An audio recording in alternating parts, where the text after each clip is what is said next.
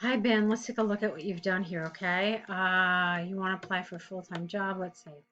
Dear Mr. Wick, I'm writing in response to the advert for a junior accountant on the company's official website. To begin with, I would like to apply for this job for numerous reasons. Firstly, the working environment is excellent. Secondly, every colleague in the Department of Finance is without exception, every colleague in the Department of Finance is without exception very kind and helpful. In addition, I understand that there are lots of opportunities for employees to get promotions in this company. Thus, I plan to become a senior accountant in 2 years. In the following 3 years, I would like to become a qualified accounting manager. Okay, so this is fine in terms of grammar, and like I like what you did here. I'm writing in response, etc., etc. So all that's fine. I did think that there was some awkwardness. Let me tell you what I mean.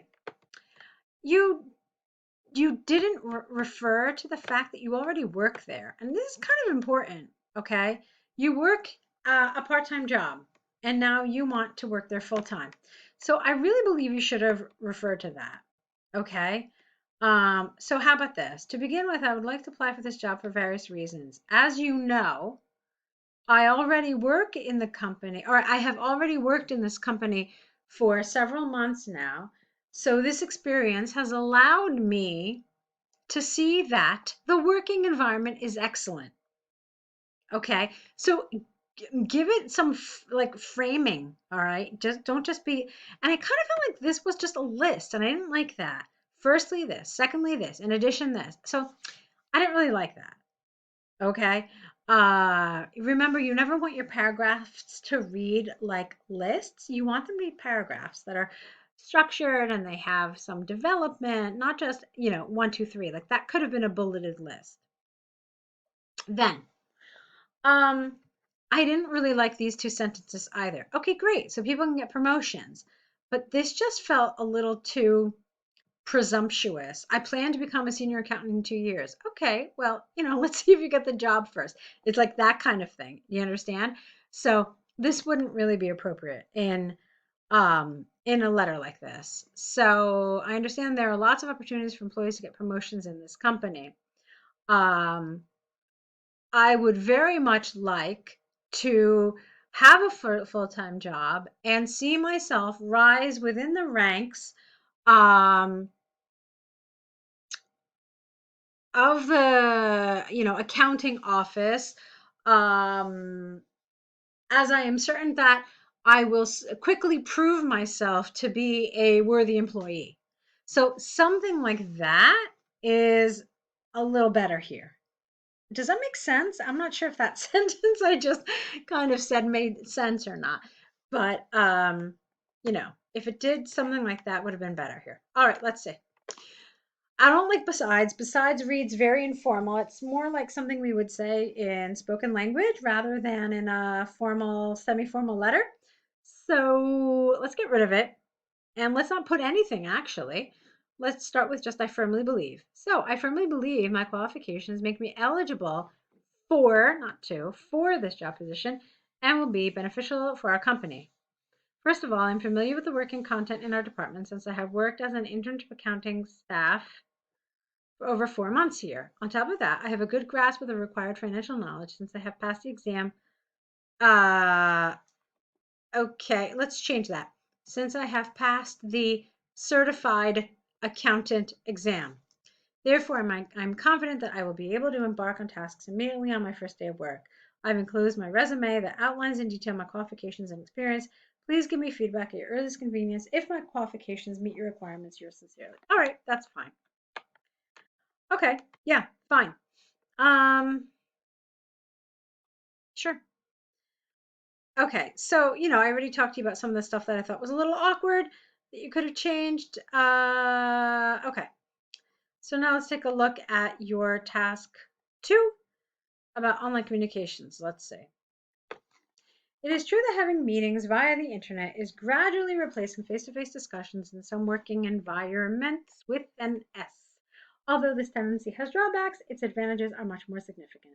This essay will discuss arguments from both sides using examples from the US government, Oxford University demonstrate points. Fine. On the one hand, there is ample evidence that attendees are prone to getting distracted when having digital meetings, which could reduce the effectiveness of one receiving information. Unlike having a face-to-face meeting where people can actually see each other closely, an online meeting allows individuals to do something else, such as use their cell phones or deal with other work content during the meeting hours without being noticed, which leads to their hardly focusing on the discussion they attend.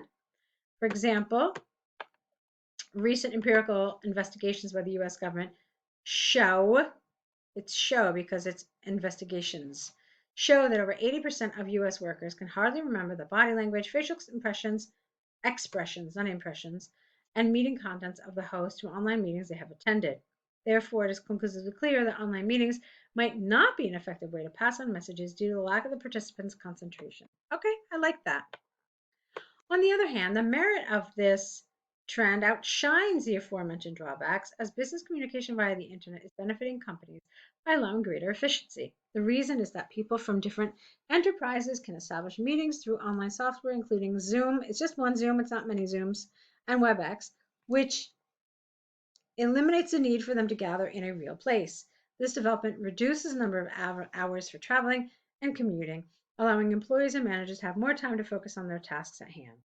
For instance, an extensive study by Oxford University indicated that the productivity of most corporations has, because it's the productivity, that's your subject here, the productivity has risen by over 15% since they have conducted meetings via online tools instead of gathering in one conference room. Thus, it is possible to state beyond doubt online communication technologies are favoring, not flavoring. They're not giving taste, they're just helping. So it's favoring. From the arguments and examples given, even though people may not be able to fully concentrate when having an online meeting, the benefit of efficient improvement, it's a little weird. The benefit of, how about efficiency, is much more important. I like that better. It is predicted that in the future, online meetings will increasingly grow in importance among businesses. Okay, that's fine. I have one little comment. I thought it was very good, obviously. It talks about online communication. Okay, so that's a very general term, but it does not mean only Zoom meetings, only WebEx meetings. Online communication is email. Online communication is chat. Okay, so like text, chat. Your essay really focused just on, look at this, digital meetings, online meetings. Let's say online meetings again. Okay, so it was all about that. And then again, Zoom, WebEx. Yeah. So while everything was really, really good, I really felt like you kind of limited yourself to focusing just on this idea of meetings. It was talking about online communication in general. You may have seen it. There's some memes out there about like meetings, and it says underneath, this could have been an email. Okay, so in other words, a lot of things that people used to have meetings about, we in many ways no longer need to, because we have all these other tools at our disposal, like chat, like email, like video calling, for example. But it's not necessarily just these meetings. There's other ways to communicate um, online.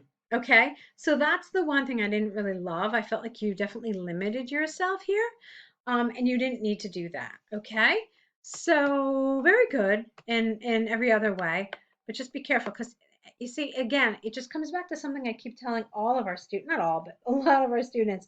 You really, really, really need to pay attention to the language in the task.